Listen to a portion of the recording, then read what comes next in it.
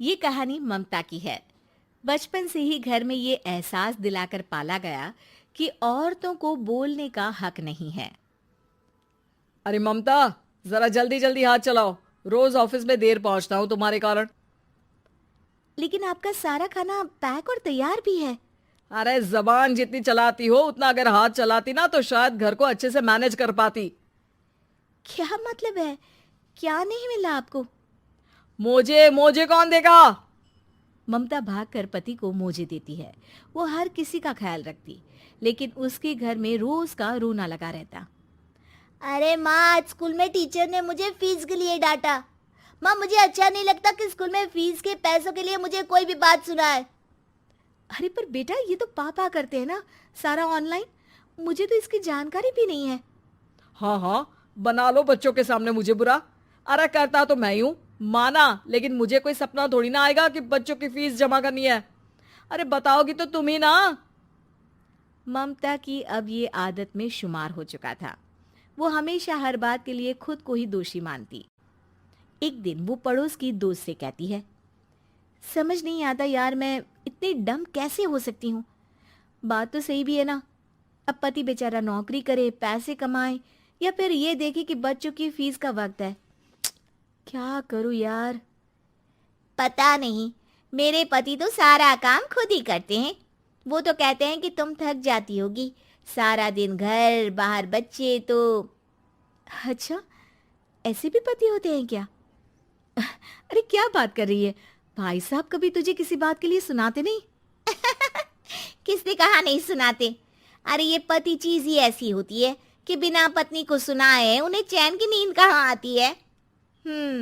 तो तू भी परेशान रहती होगी कि कैसे, क्या, कब भूल गई। अरे वो तो मुझे बस इस बात के लिए ताना देते हैं कि मैं वक्त पर खाना क्यों नहीं खाती या पार्लर जाकर अपनी साज सज्जा क्यों नहीं करवाती। पड़ोसन बोल ही रही होती है कि ममता के बेटे की आवाज आती है। अरे माँ, क्या हो गया? लग नहीं रहा कि आज आप मुझे पानी भी देगी। अरे कब से खाने के लिए वेट कर रहा हूँ। अरे यार, मैं चलती हूँ। बेटा खाने के लिए वेट कर रहा है, मैंने उसे खाना भी नहीं दिया। अरे 12वीं में पहुंच चुका है तुम्हारा बेटा, उसे बोलो खुद पानी लिया करे। मैंने तो अपने बच्चों को काम करना सिखाया है। अरे यार, खुद की भी तो कोई लाइफ है।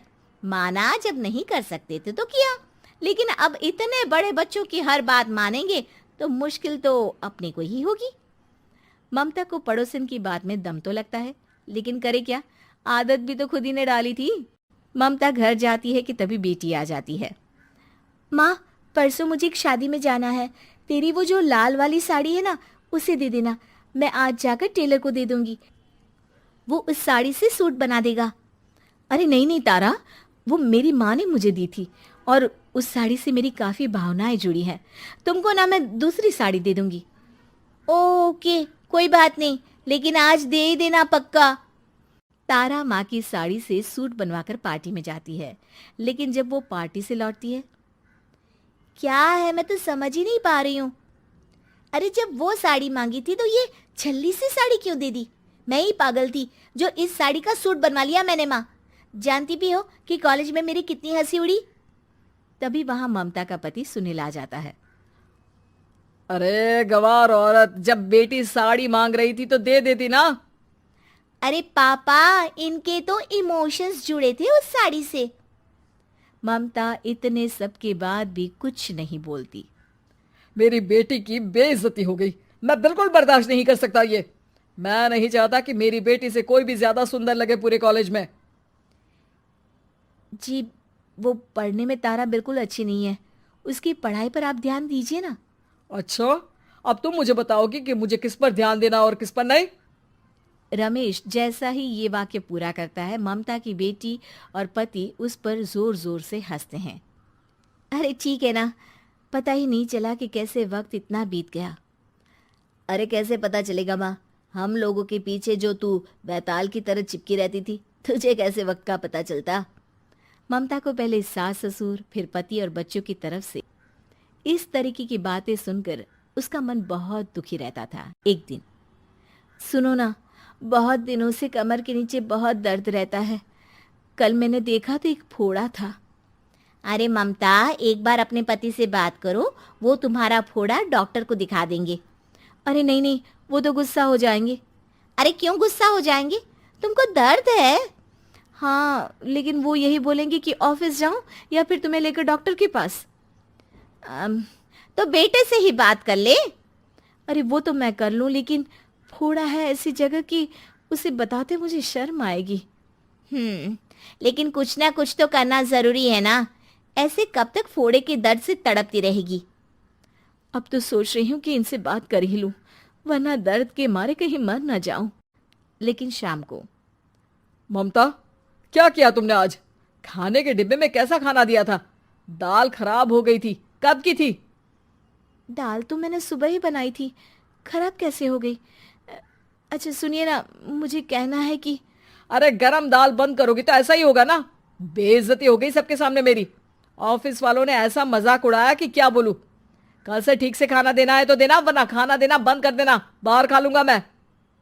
ममता, जो पति से अपनी परेशानी बताने वाली थी, वो अब ये सोचने लगती है कि कल से पति को खाने में क्या दे।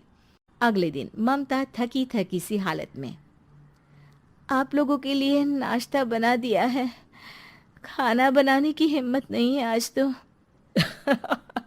रात भर सोकर थक गई है ना, इसीलिए तो खाना नहीं बना सकती।